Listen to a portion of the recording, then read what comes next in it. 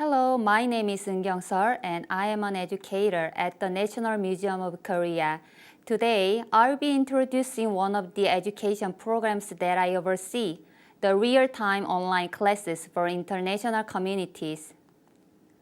Under the vision of a museum for everyone, the National Museum of Korea established a filming studio in September 2020 so that anyone, anywhere could enjoy the museum's diverse educational content online. Following the outbreak of the COVID-19 pandemic, online classes have become even more important. In the 2 years since the studio opened, a total of 22 real-time online classes have been held. Among them, 6 were presented to international school students in 4 different cities in Korea. As you can see, it would be difficult for the student to visit the museum in person, even if there wasn't a pandemic situation. The remaining 16 classes were presented to overseas audiences at institutions located in 9 countries, including Brazil. Now, I will introduce 3 major factors to consider when developing and holding online classes. First is the technological environment. Participants might join individually via their own computers or as a group using a single computer and a large screen in a classroom. This depends on their proficiency in using computers, the number of individual computers, and the stability of the internet connection. Depending on the situation, we may have them use the mics and chat box to communicate with us, or use the screens to express themselves with their facial expressions or hand gestures.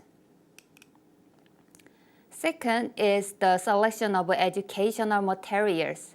An advantage of teaching via a screen is that images can be zoomed in. The participants can observe closely and compare and contrast the images too. We utilize not only images, videos, and audio materials, but also real objects and replicas as well. I will show you some examples. This is a traditional Korean drum which is depicted in a painting. You can see how the drum is played and hear the sound it makes. And here is a replica of a gold crown. Participants can get a sense of the size, shape, and structure of the object and imagine how it was used by the people of the past. And last is participation. We promote the participation through interactive activities that use the camera, as well as post-class activities. For example, to introduce a royal banquet dance, the museum instructor asks participants to throw an imaginary ball. In the studio, a ball suddenly appears, which the instructor tries to catch. Then, the museum instructor explains the different dances performed if the ball is caught or not. For schools, we also mail worksheets and traditional games in advance so that students can continue their learning after the online class finishes. Now, I will address some limitations that still need to be solved. First is the time difference. We often have to hold classes outside of regular working hours, which can be inconvenient for our studio staff. Second is communication. A lot of communication is required to arrange a single class. And when a problem occurs, the differences in time and location make it difficult to respond quickly. Third is studio reservation. The studio already hosts many regular classes for Koreans, so fitting in overseas classes on a case-by-case basis can be difficult. However, I'm hopeful that as classes for Koreans move back offline, the online classes will begin to focus more on international audiences.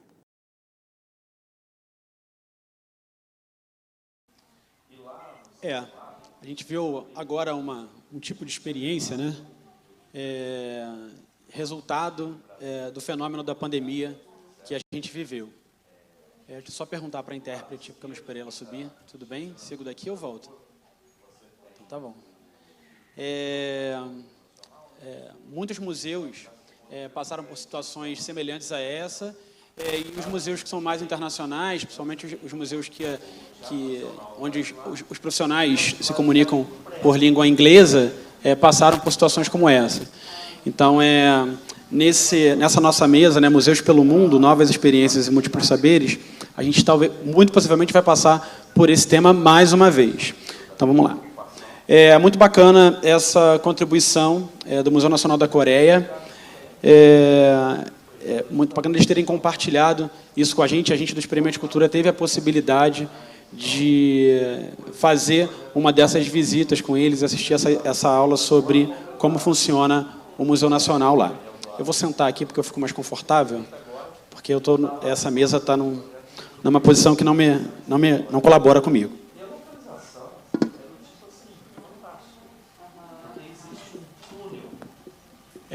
Acho que esse é o painel em que a gente mais vai usar a participação remota, né, que mais se assemelha a essa experiência contada pela nossa colega do Museu Nacional da Coreia. Então, mais uma vez, boa tarde a todas, boa tarde a todos, a todo mundo que está aqui com a gente, aqui presencialmente e também online. Eu sou o David Alfredo, para quem não estava aqui de manhã e não me viu falar, meu nome é David Alfredo, sou historiador, sou educador museal, sou um homem negro, de cabelo crespo, 1 ou 2 dedos acima da cabeça, uso barba, bigode, estou de camisa roxa ou lilás, uma calça em tom terroso, tênis branco com detalhe em roxo e marrom ou amarelo, ainda não sei bem, mas são detalhes que combinam com a calça.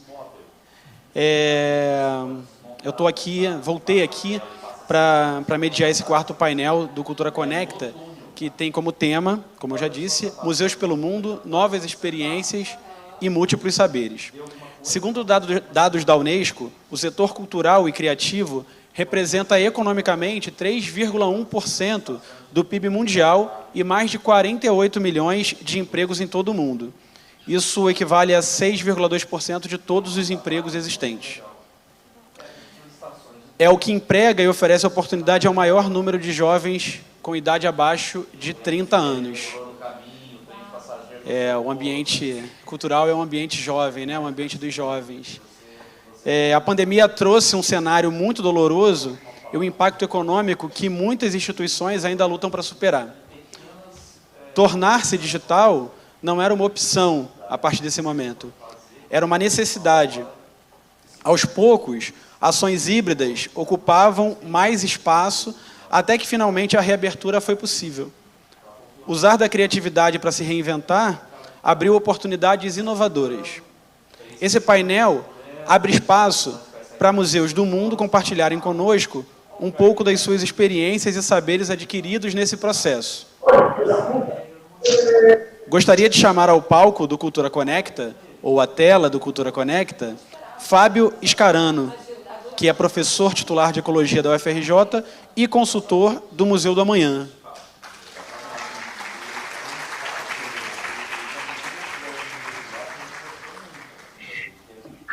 Seja bem-vindo. Boa tarde. Participam também aqui com a gente, só que remotamente, Daniel Goriluk, do Pacific Museum de Vancouver, no Canadá. Joyce Santos, do Museu Emílio Geld, em Belém do Pará. E ainda Kelly Harrow e Laura Blanton, do Smithsonian Air and Space, que falam conosco direto lá dos Estados Unidos. Boa tarde para todo mundo que está aqui e que está aqui com a gente também, presencialmente ou de longe, né? Eu queria começar essa mesa já dirigindo um questionamento, né, ao Fábio. O Museu do Amanhã é uma instituição, ela é nova, né, uma instituição jovem, tem aí desde 2015 atuado aqui não só aqui na região da Pequena África, da Praça Mauá, mas também com outras instituições do Rio, e do Brasil e do mundo, e, por isso, né, também é uma instituição bastante premiada, para uma instituição que tem tão pouco tempo, né, pouco menos de 7 anos, tem muitos prêmios, né, vem acumulando um reconhecimento científico e cultural que são admiráveis, né? Conquistou impressionantes 11 prêmios nacionais e internacionais e recentemente alcançou a marca de 5 milhões de visitantes, né? Isso para um museu é algo, principalmente um museu brasileiro, é uma marca fantástica. Mesmo com o impacto da pandemia, o museu se mantém firme na conexão com o público. Na sua opinião, o que gera essa potência? Muito obrigado, David. Uma boa tarde para você, para os convidados aqui na tela, para todo o nosso público. Meu nome é Fábio, eu tenho pele branca, meu cabelo, um pouco que restou, está mais para branco também. Eu estou com um casaco preto, uma camisa bege, calça e sapato preto também. E é um imenso prazer estar aqui. Como o David falou, eu sou professor da UFRJ e há coisa de 2 meses eu estou com um papel junto ao Instituto de Desenvolvimento e Gestão, que é o órgão que toca e desenvolve os trabalhos em diversos museus, inclusive o Museu do Amanhã. E tem sido uma imensa satisfação para mim. Eu acompanho o processo aqui do Museu do Amanhã desde a sua criação em 2015. E é uma parceria curiosa, porque a UFRJ é a universidade mais antiga do Brasil e o Museu do Amanhã é um dos museus mais novos, né? E esse diálogo entre as duas instituições tem sido muito interessante. A gente vai poder falar um pouco mais sobre isso também aqui ao longo da nossa conversa.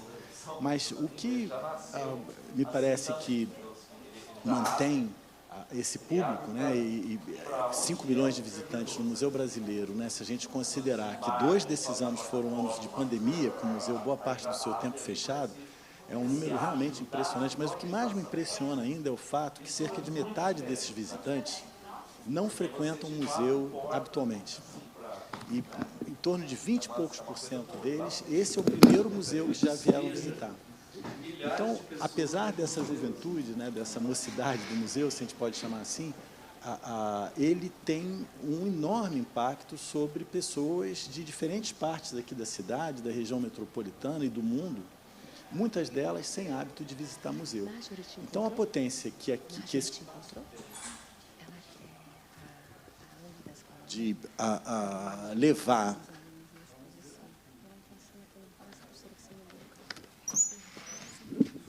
Voltou, obrigado. É um impacto bastante significativo. Então, para a gente que vem, né, assim, da área científica, é uma oportunidade enorme para travar esse diálogo com uma fração da população que não necessariamente tem essa conversa. E eu acho que o museu faz isso com muita maestria, porque acaba que eu diria que é um espaço de confiança que foi criado aqui dentro, de conforto, porque, além do olhar científico, o Museu do Amanhã traz também diferentes saberes e diferentes olhares aqui para dentro. A gente, recentemente, teve aqui uma reunião muito interessante com grupos indígenas, a partir da exposição Futuros Amazônicos, né, que foi uma exposição grande que a gente teve sobre a Amazônia. A gente tem muita frequência presença de diferentes grupos urbanos, de grupos rurais. São pessoas com diferentes visões de mundo que frequentam aqui e se sentem à vontade para conversar, para trazer suas visões de futuro. E eu acho que as pessoas, de um modo geral, elas têm um interesse no futuro, porque, inclusive, eu acho que é a principal mensagem desse museu, pelo fato do futuro começar agora, né? E a gente vive um tempo que ele parece um tempo achatado. Eu me lembro, em 2014, assisti uma palestra de um filósofo polonês, aqui no Rio, Zygmunt Bauman, já falecido. Ele abriu a palestra dele dizendo assim: a gente está vivendo o fim do futuro. E aquilo me chocou, né? Assim, o fim do futuro parece o fim do mundo. Mas o que ele chamava de fim de futuro é um tempo no qual vários dos futuros que foram imaginados, especialmente no século XX, não tinham dado certo. E aí, de uma hora para outra, a gente olha e volta e fala: caramba, para onde é que isso vai mesmo, né? E aí, com isso, o futuro parece que parece uma parede, né? E aí chega a pandemia, aí é uma outra parede. E aí a gente tem uma dificuldade em olhar para além. E eu acho que o Museu do Amanhã dá esse depois do muro para a gente, e faz isso através da educação, faz isso através da ciência. Por isso eu sou muito grato aqui pela equipe do Conecta, pela turma nossa aqui de educação, Camila, Maria Helena, Renata, né, do Conecta, que fez esse contato com a gente. É uma honra imensa poder aqui conversar com vocês, com o público que está envolvido com educação, com museus.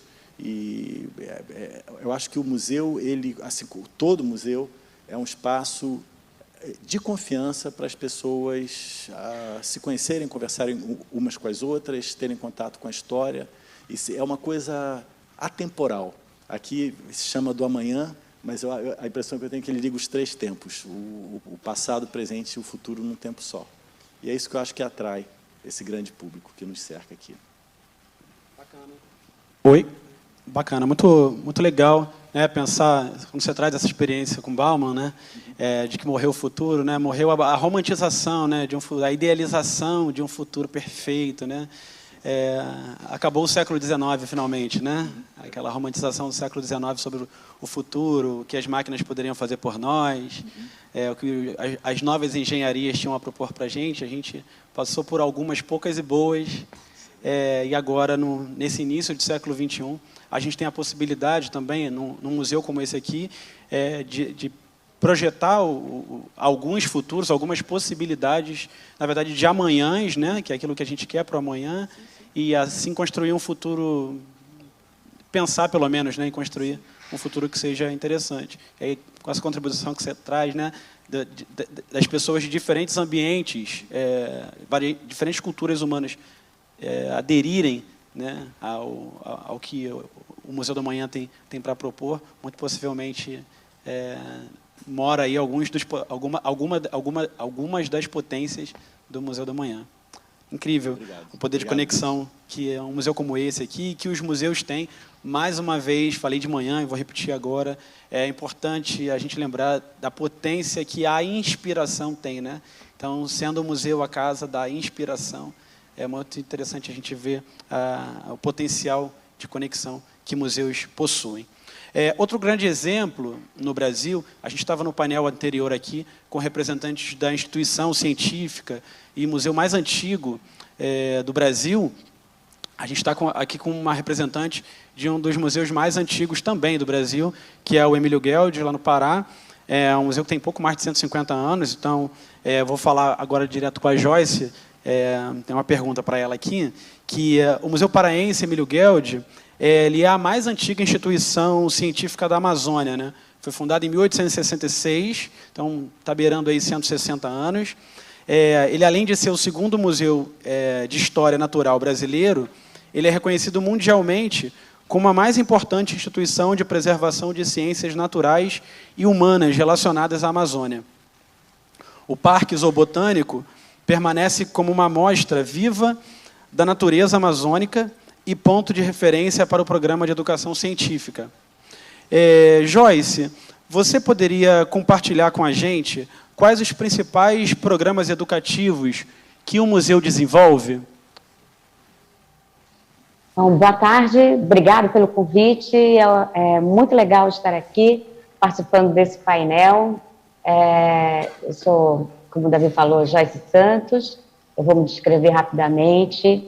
Eu sou uma mulher de cabelo curto, cabelos azuis, né? Óculos, uso óculos, sou de baixa estatura, estou vestida de jeans e com camisa de renda. E estou aqui na minha sala, no Museu Gueld, e em volta de mim escuto os barulhos do Parque Zoobotânico da instituição. Então, o que está aqui em volta, pena que vocês não podem escutar, é o barulho das aves que estão aqui no parque, né? Arara, tucano, estão as cigarras, né? Porque está chegando a hora do final da tarde e é a hora que elas começam a cantar mais alto. Quais são os principais programas educativos? O museu, desde do momento da sua criação, mas já tinha esse propósito de trabalhar com a educação, como todo museu tem, né? A organização dessa parte, de fato, vai acontecer com a chegada do Emílio Guild, que é um naturalista suíço. Ele chega vindo do Rio de Janeiro, ele antes tinha passado pelo Museu Nacional, e ele chega ao museu no final do século XIX e começa a estruturar o que a gente tem hoje, até hoje, como organização. Entre uma das questões que ele fala, fazer a mudança do museu para uma área rural, que hoje está no centro da cidade, é um dos bairros populosos no centro da cidade, e a sede dessa instituição é um parque zoobotânico centenário hoje, né? Antes ficava na estrada rural de Magalhães, que era a estrada da Independência. Bom, essa instituição, ela trabalha nos seguintes segmentos da educação, né? Científica, ambiental e patrimonial. Nós nos constituímos como educação museal, fazendo trabalhos presenciais, né? A população de Belém, na medida que foi criado esse parque zoobotânico, ainda no final do século XIX, vem maciçamente ao Museu Paraense Emílio Guild, para conhecer e ouvir a natureza amazônica, que naquela época havia uma musealização ainda com os parâmetros europeus. E depois essa musealização vai mudando com o tempo, na medida que vai correndo o tempo também, e os profissionais daqui vão dando uma característica mais amazônica.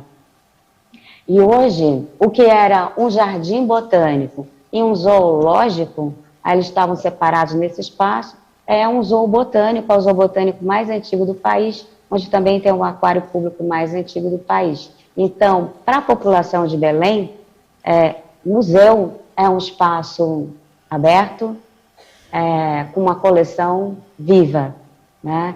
E essa relação entre a instituição e as pessoas, ela vai ser fundamental para dar o formato para essa instituição e a sua relação com a sociedade, né? É um museu com profundas relações sociais, né?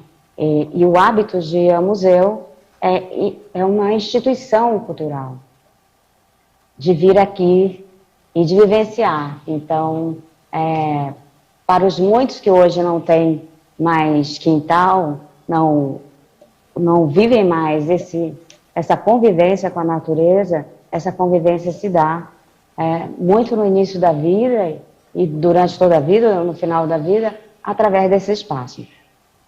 E nesses trabalhos de programação educativa, começo falando sobre envolvimento com a população, esse destaca trabalhos bem de interação e de educação científica através do Museu de Portas Abertas, que foi instituído, criado por uma colega nossa, Helena Quadros, que partiu durante a pandemia, e a pandemia nos deixou vários traumas e vários espaços abertos nessa relação com o público, né? Entre eles a perda muito grande dele.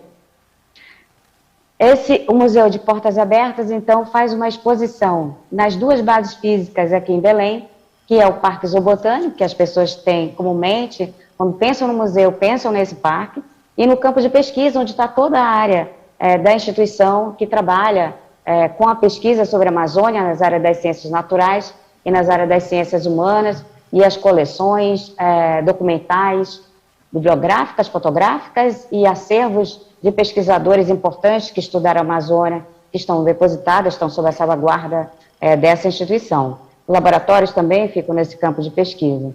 Então, o campo de pesquisa é aberto para a população a partir de um trabalho da Helena Quadros, que trabalha com uma população onde está o campo de pesquisa, é um bairro periférico, hoje muito populoso, né?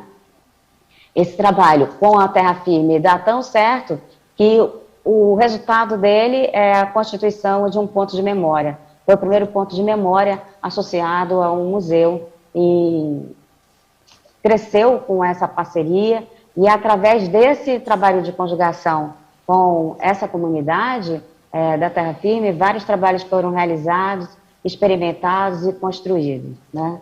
Agora, depois da pandemia, a gente está retomando essas relações, né, que ficaram paralisadas ou prejudicadas, não paralisadas totalmente, mas bastante prejudicadas em função das restrições que a pandemia impôs a todos, né, na questão de manter os espaços saudáveis e as pessoas protegidas. Além disso, eu tenho que ressaltar também o Clube do Pesquisador Mirim, que é um trabalho de iniciação científica que começa com os estudantes do ensino fundamental e ensino médio. Esse trabalho é bem sucedido, a procura do Clube Pesquisador é enorme, eles têm que fazer um vestibulinho para selecionar as pessoas, os alunos que vão participar desse trabalho, e o Clube do Pesquisador, eles se inscrevem nos temas, né, que vão estudar durante aquele período, e ao final de um ano, eles têm que apresentar o resultado dos seus estudos através de alguns esquemas de partilha. Pode ser um jogo, pode ser um kit, pode ser uma exposição, pode ser um vídeo, pode ser uma cartilha, enfim, a turma tem liberdade para fazer essas escolhas. Além disso, nós temos um trabalho também bastante antigo, já desde o momento que se constitui a Estação Científica Ferreira Pena na Floresta Nacional de Cachoanã, com as comunidades dentro e do entorno da Floresta Nacional. Esse foi um trabalho iniciado pela colega Socorro Andrade, outra educadora fundamental para a gente, que também partiu durante a pandemia, né? Perdemos a Socorro também. E ela inicia com essas comunidades 2 atividades que entraram no calendário escolar delas, que é as Olimpíadas da Floresta Nacional de Cachoanã e a Feira de Ciência das Escolas de Cachoanã. Na Feira de Ciência, a gente se desloca para ver que trabalhos estão sendo feitos pelas escolas de iniciação científica. São escolas rurais com realidades bastante distintas do que a gente encontra nas cidades. Tá? E um dos trabalhos E nas Olimpíadas são eles que se deslocam para a estação científica e vão partir para uma semana que envolve várias atividades, participar de oficina, atividades culturais, apresentar produções das mais diversas e participar também de esportes característicos daquela área, da área ribeirinha, né? Como casquinhagem, subida de árvores, enfim, uma série de elementos. E para estruturar essa atividade, se envolve pelo menos 200 pessoas entre estudantes e a equipe de apoio que envolve também profissionais de saúde, corpo de bombeiros, tem atividades tanto para os professores como também para os idosos que são incorporados nessa atividade. No museu se faz atividades tanto para as pessoas pequenas como para as pessoas de maior idade. Então, esse público também está atendido e presente dentro da instituição. Outro elemento que eu... Desculpa, estou falando demais? Não, pode concluir. Perdeu em algum momento alguma fala, foi isso? Não. Só pensei que você tivesse terminado. Pode concluir. Não, então, eu só vou passar bem rápido que entre essas experiências também, uma outra que foi feita no Parque Zoobotânico foi com a Gastronomia Inteligente, foi uma parceria feita com a doutora Clara Brandão, que é uma especialista na área da nutrição e que trabalhou junto com as comunidades, com comunitários da Terra Firme, para desenvolver, aproveitar restos de alimentos que eram desperdiçados, jogados no lixo, para melhorar a qualidade dessa alimentação. Esse trabalho se sucedeu, foi muito bem, se inventou um cardápio já com outros elementos e as primeiras formadas nesse grupo já foram formando outras e a atividade prosseguiu. Né? Durante a pandemia, ela virou também virtual.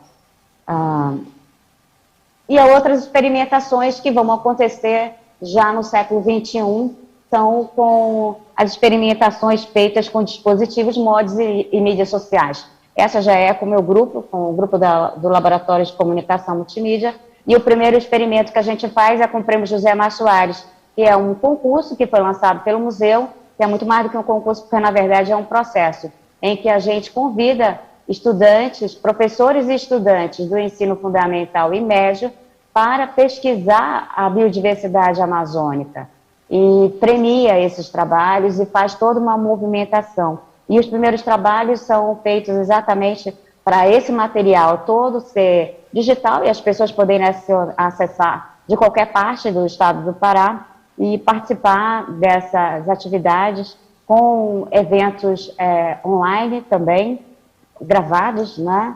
E também contando como que os vencedores de anos anteriores organizaram os seus projetos de pesquisa, como esses meninos se organizaram para pesquisar a biodiversidade amazônica.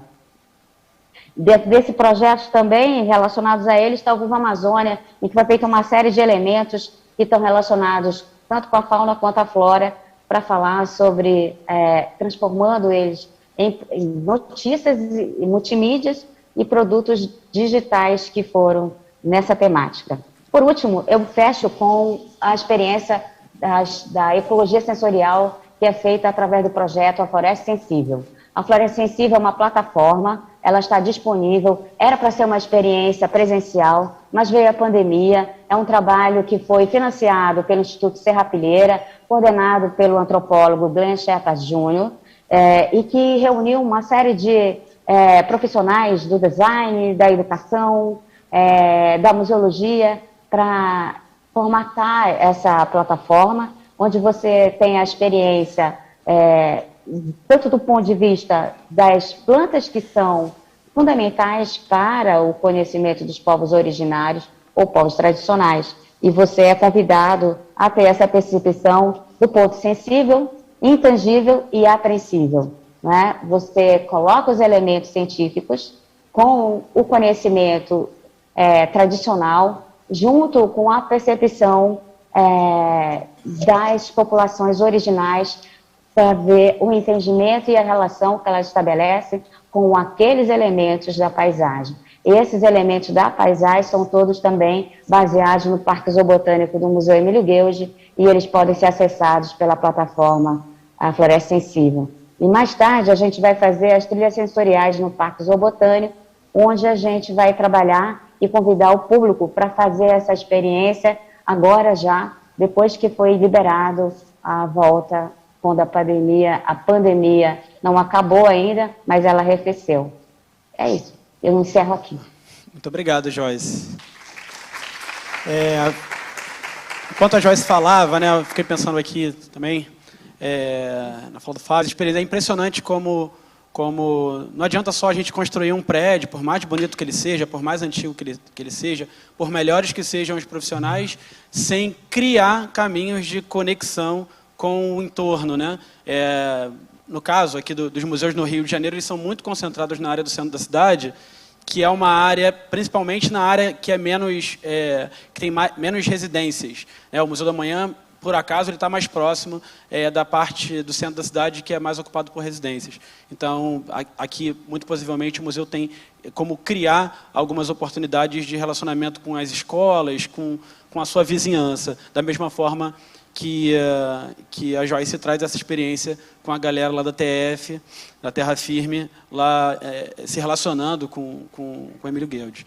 Então, é incrível como, além de todo o repertório, de toda a eficiência do museu, como é necessário também, para mim fica muito claro, como é importante criar laços com a vizinhança do museu, né? E me parece que isso acontece, pelo que eu conheço do Museu da Manhã, pelo que o Fábio falou, e pelo que a Joyce acabou de falar, isso acontece também. Vamos ao Fábio aqui, que está aqui do meu lado. Fábio, o Museu da Manhã, ele segue valores de sustentabilidade e da convivência, e convida o público a refletir, imaginar e experimentar os futuros que queremos.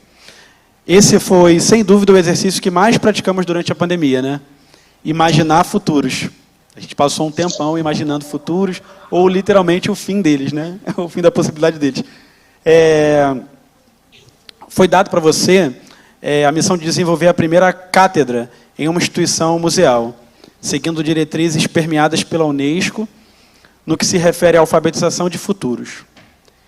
Isso nos parece bem inspirador. Você pode compartilhar com a gente como é que vai ser isso? Como é que vai acontecer? Sim, a Unesco tem um gigantesco programa de cátedras nos mais diferentes temas, e um dos temas é o que eles chamam de alfabetização ou letramento em futuros. E houve um contato com o Museu da Manhã para que o museu fosse o primeiro museu a liderar uma cátedra desse tipo. Em geral, as cátedras são tocadas por universidades. E nessa oportunidade o museu me chamou, foi por isso que a gente se juntou para fazer esse projeto junto. E o que isso significa é que a gente vai estar montando aqui um grupo de pesquisa sobre esse tema de futuros, justamente, né? E o que está assim por trás do nosso interesse nesse tema é o seguinte: se vocês prestarem bem atenção, o nosso lado racional com a ciência, a gente hoje consegue fazer previsão com muita acurácia até. Então, a gente está falando sobre mudanças climáticas aí há muitos anos. Eu fiz parte do IPCC, do painel da ONU, né, de mudanças climáticas, e nesse painel a gente faz projeções do clima. Faço parte de um painel de biodiversidade também da ONU, a gente faz projeções sobre perda de biodiversidade.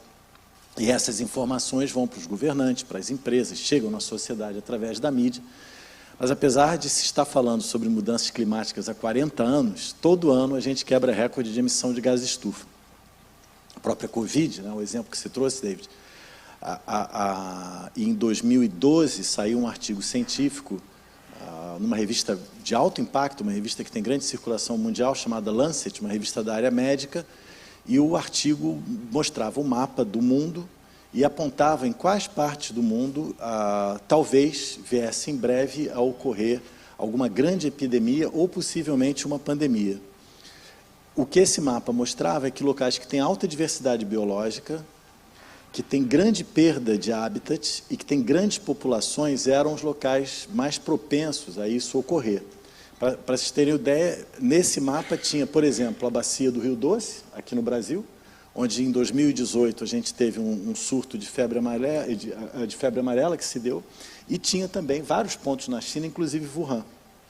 Isso há 10 anos atrás. A Organização Mundial de Saúde, e mais, dizia que esse próximo grande surto talvez fosse da família Corona. 2012. Em 2017, a Organização Mundial de Saúde reconheceu e falou: olha, isso está chegando. O que a gente fez? Nada. A gente esperou de novo. Então, o que acontece? Ao que parece, o nosso aparato racional, ele se desacoplou do aparato emocional, se a gente pode assim chamar. E todo ser vivo, isso é uma coisa que nos une, além do DNA, né, que nos une com todos os outros organismos vivos do planeta, nós temos uma outra coisa que nos une, que é a chamada antecipação. Tudo que é vivo antecipa. Tudo que é vivo tem um mecanismo de lidar com o futuro. Para os não humanos, esse mecanismo é o que a gente chama de intuição ou de instinto. O ser humano tem aparentemente essa vantagem de ter a intuição e o instinto, mas também ter o racional. Só que como a gente, na vida moderna, a gente se apartou de tal maneira do mundo que nos cerca, a gente se isolou da natureza. A gente se isolou da natureza, a gente se isolou uns dos outros, e ao fazer isso, a gente se isola de nós mesmos, e a gente meio que deixa de ser humano. A alfabetização em futuros tem a ver com a gente regenerar essas feridas que se deram das nossas conexões com o mundo que nos cerca. E isso porque a gente, de uma certa maneira, uma coisa curiosa que acontece, especialmente em tempos que parece que a gente não consegue ver além do muro, a impressão que dá é que o nosso presente coloniza o nosso futuro. A gente tem muita dificuldade em imaginar futuros diferentes do nosso presente. Por isso que quando a gente embarca nessa onda de mudança climática, ou mesmo no caso da pandemia, a gente fala: caramba, quando é que isso vai acabar, né? Será que isso acaba? Será que isso fica melhor? A gente tem muita dificuldade em imaginar novos futuros. A alfabetização em futuros não é uma coisa que tem um professor aqui falando para uma sala: olha, futuro é assim. Não é isso. A alfabetização em futuros é discutir horizontalmente com as pessoas, escutar as pessoas sobre diferentes possibilidades de futuros. Na vida moderna, parece que futuro é um projeto de sucesso. É como se fosse um lugar para a gente chegar. Na verdade, não é. Diferentes partes do mundo têm diferentes pessoas pensando diferentes futuros. Muitas vezes essas pessoas se acanham de falar isso. Eu me lembro de um colega indígena na floresta amazônica, agora me lembrei dessa ideia aqui. Estava eu na floresta amazônica, a gente faz muito trabalho de pesquisa lá, um colega indígena deitado na rede tranquilamente, a gente batendo papo, ele virou para mim e falou, puxa, uma coisa que eu não entendo, tem um monte de coisa vocês brancos que eu não entendo. Uma delas é o conceito de herança. O que é herança? Aí eu expliquei para ele, não, herança é um negócio que a gente deixa para os nossos descendentes e tal, dei aquela explicação clássica. Ele falou, puxa, eu não entendo disso direito, porque ele falou, a única coisa que eu vou deixar para os meus irmãos e irmãs aqui é isso. E ele me mostrou a floresta. Floresta essa que a gente vem tirando.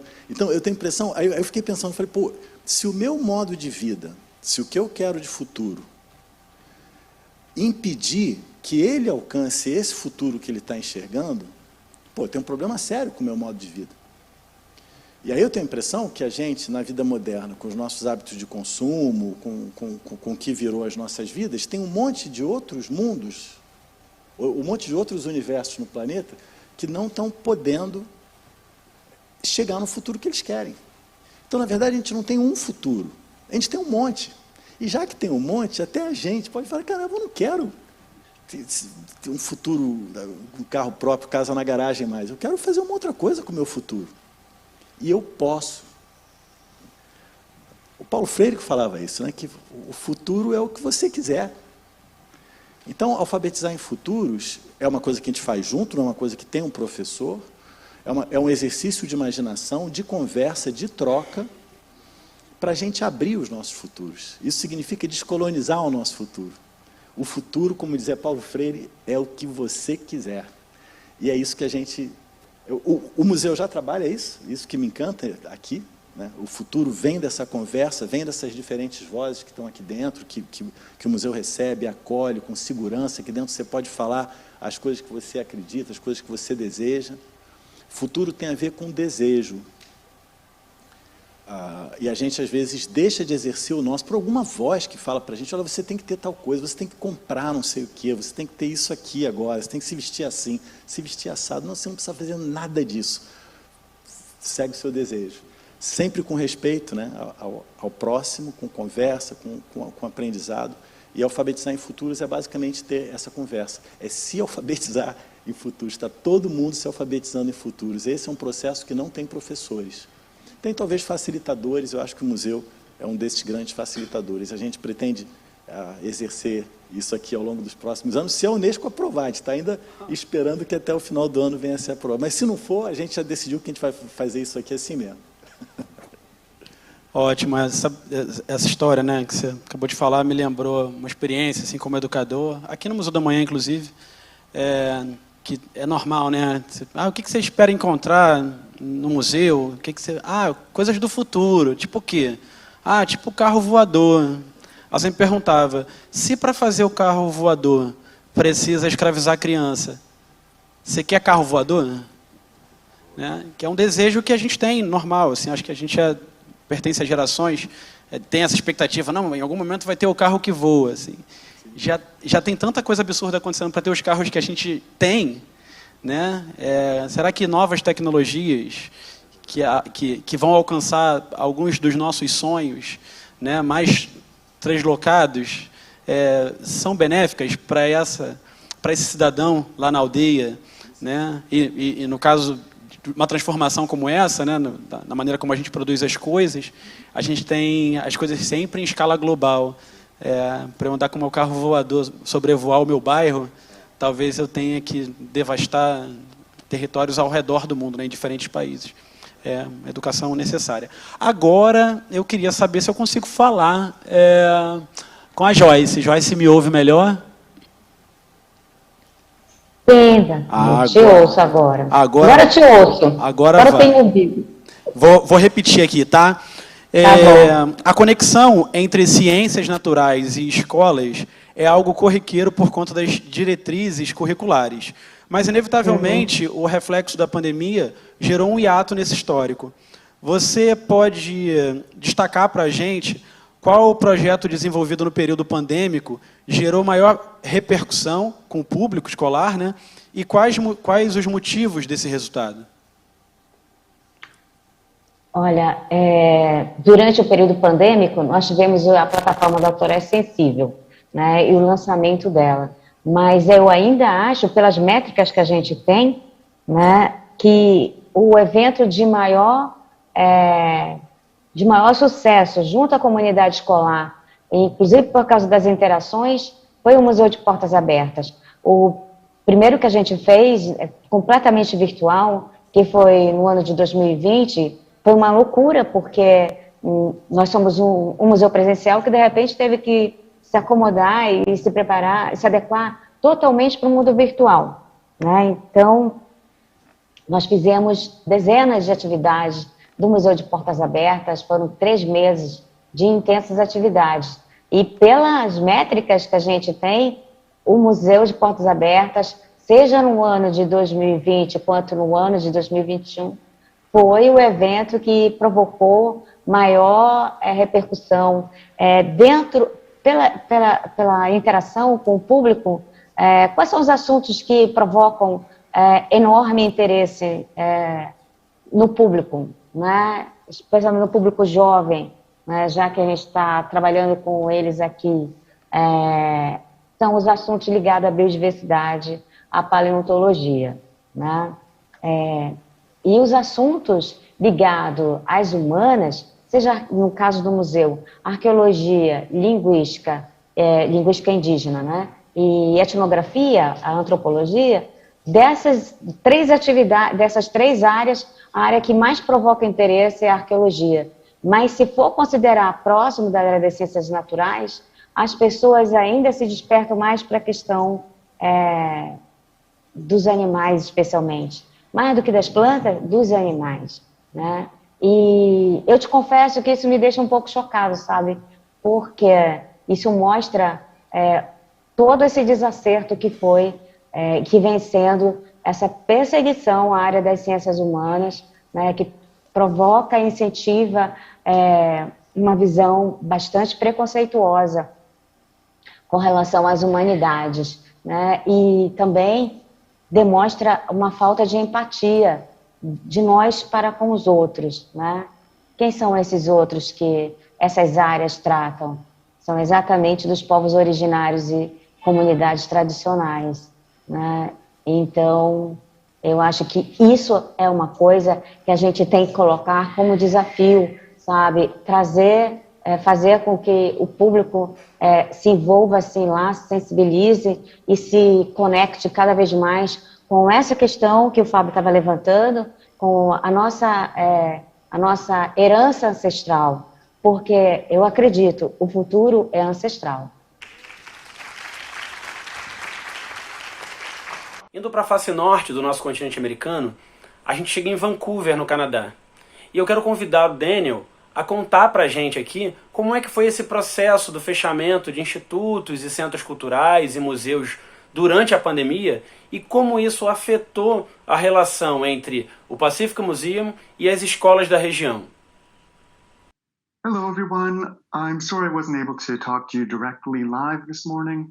There were some technical issues. Before I get started, I do want to thank Mondia Cult, Experimenta Cultura, and Cultura Connecta for including myself and the Pacific Museum of Earth in this wonderful session. My name is Daniel. I am one of the people who works at this museum. We are a very small museum. I'm the only full-time staff member. I have a part-time director and a small team of paid student interns who help me run the museum. This museum is located on the ancestral and unceded territories of the Musqueam people. So I thank them for being our hosts. I also want to recognize that today I'm speaking to you on Canada's Day of Truth and Reconciliation, one day set aside each year to address the historical and future relationships between the settler populations of Canada, of which I'm a member, and our Indigenous populations. When the pandemic occurred, the Pacific Museum of Earth was completely closed for 18 months. Many institutions around Vancouver closed for a few weeks, but very few were closed as long as we were. That is because this museum is located in an active research buildings. There are actual labs where people are doing cutting edge science. And so the belief was at the university that science was more important than keeping the museum open. And I completely agree. Those scientists, many of them were PhD students, so they were finishing projects which had been years and years in the work. It was also actually in the museum's best interest. There were many institutions around Vancouver which tried to operate a hybrid model, being open physically and maintaining their digital offerings. And by doing that, they really split their focus. Because we were completely closed to the public, it was actually quite a benefit. We were able to focus completely on our digital offerings without having to worry about reopening in a safe and secure manner. And by doing that, we developed a suite of 6 virtual field trip options. The first one that we developed, which is actually our least popular one now, is a general tour of our gallery. We have a mineral workshop, we have a rock workshop, a volcano workshop, one that walks you through the history of Earth, as well as a paleontological workshop. That's one of my favorites. Some of the early workshops and tours were very monodirectional, so I would talk and students would listen. As I got more practiced in developing these workshops, there was a lot more back and forth. We now have some that include elements of voting, where students vote for the correct answer, they raise their hands. We also have some where students can write down the answer and sort things. So it's actually gotten really successful. And teachers really appreciated that, especially in the early pandemic when people still weren't sure what to do. Many teachers were just exhilarated for the chance to have someone else direct the learning for them and to have a bit of a break where students could learn safely and securely from a person that wasn't their standard teacher. These field trip options have allowed us not only to engage with local schools, but also schools around the country. We've been working with libraries in Ontario, delivering our workshops to the public. They also allowed us to support local nonprofits and other museums. With so many small museums struggling to create content that's new for their membership, we collaborated with a few museums to offer our virtual field trips as an offering to their membership, just as a way for them to keep their membership occupied, also as a way to advertise the existence of my museum to other museums' demographic. The Pacific Museum of Earth is the oldest museum at the University of British Columbia. It's also the least known. Very few people at that institution, very few people in Vancouver itself know that we exist. So this has really given us a chance to advertise not only that we exist, but we've got some amazing things to share and some amazing knowledge, some amazing artifacts. All of our field trips feature mostly specimens from our collection. In the past, we would try to hold up something to the screen like this. As you can see, you don't get the best image. We found instead that if we take a well-placed photograph, edit it as necessary to make the specimen shine in its brightest light, and then use some of our graphic design intern students to brand that presentation, it gives a very sleek and polished presentation, one that looks very professional and actually punts us into a realm of museums that we don't normally get to participate in. Daniel, a gente está a tantos quilômetros de distância e, ao que me parece, os problemas, as situações, as dificuldades enfrentadas durante todo esse processo de pandemia foram os mesmos, né? São muito similares. De fato, a gente está online, né, numa plataforma de internet, utilizar a rede para se comunicar e ter que criar saídas dentro desse ambiente não foi exatamente uma opção para a gente, né? E sim uma necessidade. Então, agora eu queria ouvir das nossas amigas do Smithsonian o seguinte: Laura, com o prolongamento do período de distanciamento social, a ampliação do uso das tecnologias digitais foi sem dúvida um caminho fundamental para que instituições de repercussão mundial, como é o Smithsonian, não perdessem o contato com os mais diversos perfis de público. Diz aqui pra gente como é que foi o reflexo disso, dessas estratégias, dentro da instituição Smithsonian. Hello, We are representatives from the Smithsonian National Air and Space Museum. My name is Kelly Harrow. I run an education program called the Explainers Program at the museum, which supports a part-time student staff of educators at our 2 museum locations. And my name is Laura Blanton. I am the Holt Scholars Program Coordinator at the National Air and Space Museum, and my program works with the local schools, District of Columbia Public Schools, running programming at schools and at the museum, and then also running teacher PD for DCPS teachers as well. As you named, our museum did need to quickly pivot during the COVID-19 pandemic, and the initiatives brought forward enabled our department to provide more robust programming and reach a more diverse audience than ever before. In 2020, the Education Department quickly pivoted to creating digital resources to support teachers and students. Prior to the pandemic, our museum did have a staff dedicated to creating digital programming, and our strategic plan does place value on building our digital presence as we are a national museum. During the pandemic, however, staff who typically focused on on-site engagement, like me and Kelly, were also encouraged to consider how to redevelop programming for a virtual platform. For example, we created 9 different Anytime expeditions for school audiences. These Anytime expeditions are essentially toolkits for teachers to use around air and space content. Topics include Mars exploration, meteorite investigations, World War II aircraft, and more. The toolkits contain customizable content-filled slide decks, a hands-on activity, an artifact immersion featuring museum objects, and also a scavenger hunt for students to compete in online. As the pandemic continued and we received feedback from teachers, the Education Department began developing staff-facilitated virtual programming. The first such program we developed was our virtual planetarium show. This project, initiated by education leadership at the museum, included astronomy educators and staff from multiple different educational programs. Altogether, our program development team included around 11 people. This collaboration developed the logistics and content for our virtual planetarium shows. The program is designed for students in grades K through 8, and we aligned the school to US standards, specifically the Next Generation Science Standards, which determine the bulk of content covering in the shows, like Earth's rotation, orbit, and tilt, moon phases, and patterns. We also included planetarium crowd favorites like planet hunting and constellations. Since the start of this program in January 2021, we have worked with 11,244 students. These students have come from across the United States, reaching all but 3 of the states.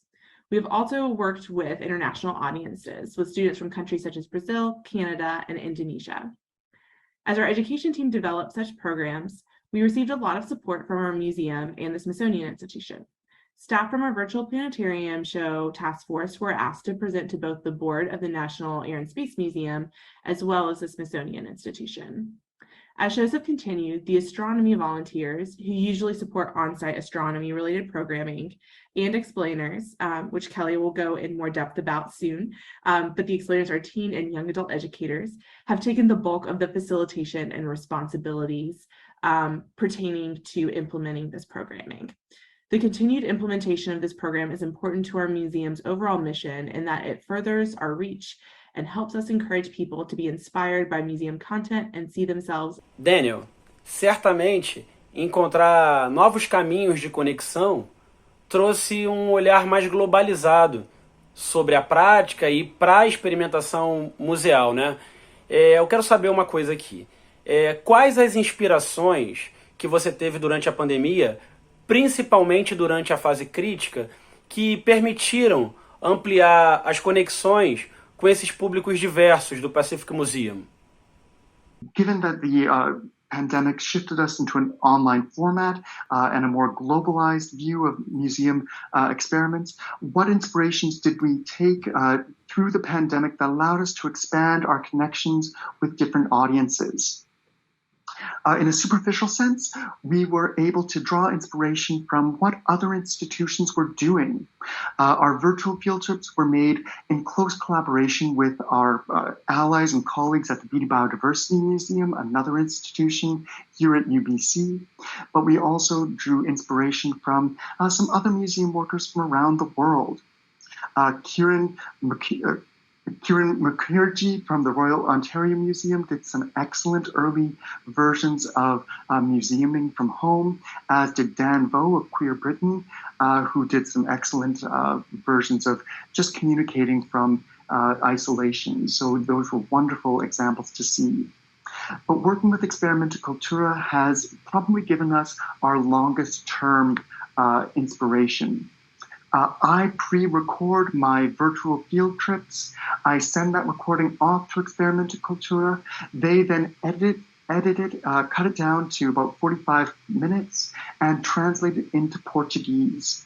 And then they'll play that recording to schools in low-income neighborhoods in Rio de Janeiro, and then bring me online for a 15-minute translated question and answer period at the end of that presentation. And those have been incredibly inspiring, not only because I get to see the students really engaging with this material and being really appreciative of this experience, but also it's taught me a different way to engage with people in a language that I don't necessarily speak.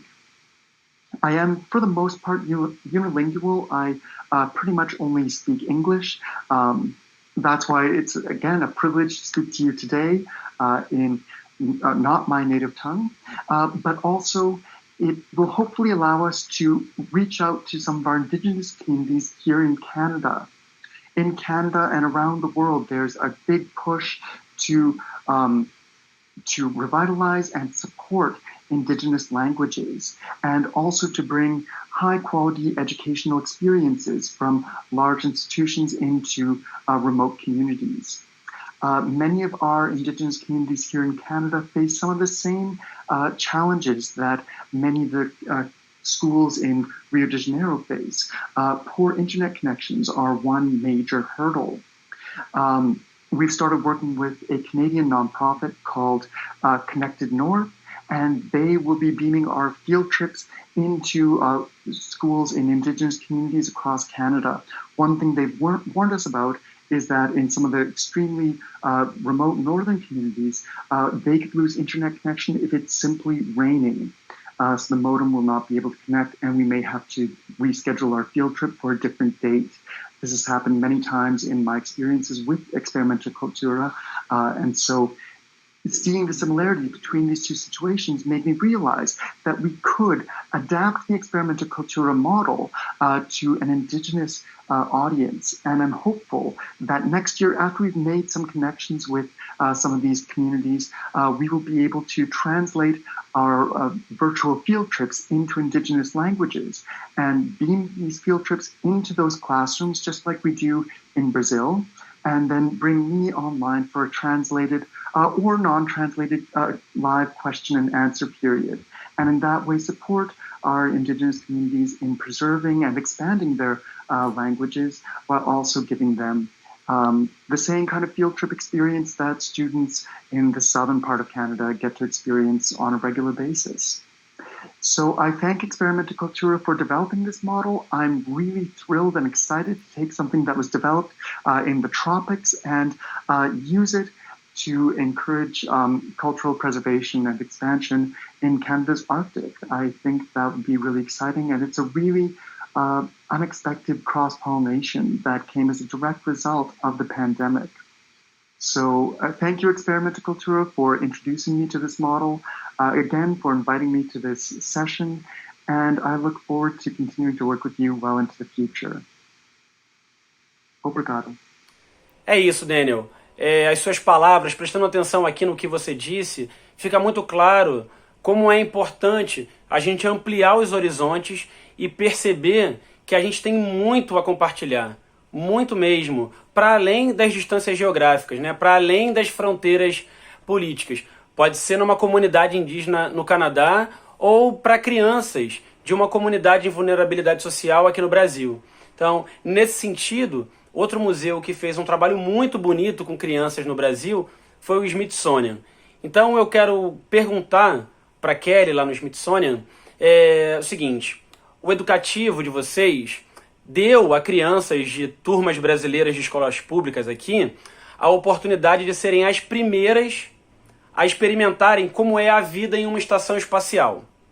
por meio de visitas mediadas, né? Aqui pela internet, pelas plataformas que foram desenvolvidas. Me diz uma coisa, como é que foi essa troca com um público tão diverso, né? De uma cultura diferente, de um país diferente. Como é que foi essa experiência para vocês aí do Smithsonian? As Laura mentioned, our education department's exploration and implementation of virtual programs has allowed us to bring air and space stories to a more diverse audience than ever before. What began as a project to keep visitors engaged with the museum while we were closed due to the COVID-19 pandemic proved to be a game-changing tool for expanding accessibility for our school and reserved programs, which is a major strategic priority for the museum predating COVID. This pivot means that we can make direct connections with schools in our local area who may not have had the funding or resources for on-site field trips in the past, expanding our socioeconomic accessibility. We've run live virtual field trips for classes in dozens of US states, expanding our geographic accessibility, and the tools available to us on Zoom have supported real-time translation services. This has made our programming accessible to an international audience and has made possible our ongoing relationship with Experimente Cultura, which has connected us to hundreds of school children across Brazil since the fall of 2021. In developing meaningful programs for this expanded audience, our team worked hard to keep the essence of what makes learning at the Air and Space Museum exciting at the heart of these remote demonstrations. We began with an internal investigation of what makes our on-site field trips unique, and we identified our strengths as an up-close encounter with authentic aviation and space exploration artifacts. We built our virtual living and working in space demonstration around an intimate virtual tour of a real NASA spacesuit, an extravehicular mobility unit to us on the education team. While our virtual visitors cannot reach out and touch the suit as they can on site, we use the technology in our expansive teaching collection to highlight the suit's design and life-sustaining features. But most importantly, we foster question-based learning, encouraging students to follow their curiosity and sense of wonder when looking at the object and engaging with our educators. This wonder transcends locality, nationality, and even life experience. The broader our audience has grown, the more creative the questions we get asked. How do astronauts wash their clothes on board the International Space Station? Why do astronauts like hot sauce? Do astronauts get lonely? As you're likely picking up by now, running demonstrations for more diverse audiences has actually brought as much value to our department, if not much more, as it has to the groups we teach. Beyond making us a more accessible institution and bringing fresh perspectives to engage with and interrogate some of our favorite museum objects, I'll wrap up with just one more impact of this program that is especially meaningful to me. The primary presenters for our virtual demonstrations, Living and Working in Space and the Forces of Flight, are teen and young adult educators called explainers. Explainers are hired by the museum at as young as 16 and are eligible to work with the program through the end of their time in high school or university. The opportunity for these young kids to stretch their science communication muscles in order to adapt to a new remote mode of teaching has created an opportunity for skill building and resume building to rival even seasoned professionals in their future career fields. I'm thrilled to authentically be able to offer them experiences reaching national and international audiences and to adapt the stories that they are so passionate about telling to make connections with kids from all walks of life. With the help of our virtual visitors, we're preparing the explainers to be participants in the hybrid global workplace of the future. Like the students we teach, these kids will take all of this innovation and push it even further in the coming years. Laura, myself, and our team are happy to have been a part of just the beginning. Eu quero agradecer ao Fábio, agradecer a Joyce pela colaboração, também ao Daniel e as nossas amigas lá do Smithsonian Air and Space. E a gente espera que a gente tenha alcançado o que a gente pretendia aqui com as colaborações. Então, muito obrigado, Fábio. Muito obrigado, Joyce. Muito obrigado a todo mundo. Aguardem um tempinho que a gente volta com o próximo painel. Muito obrigado.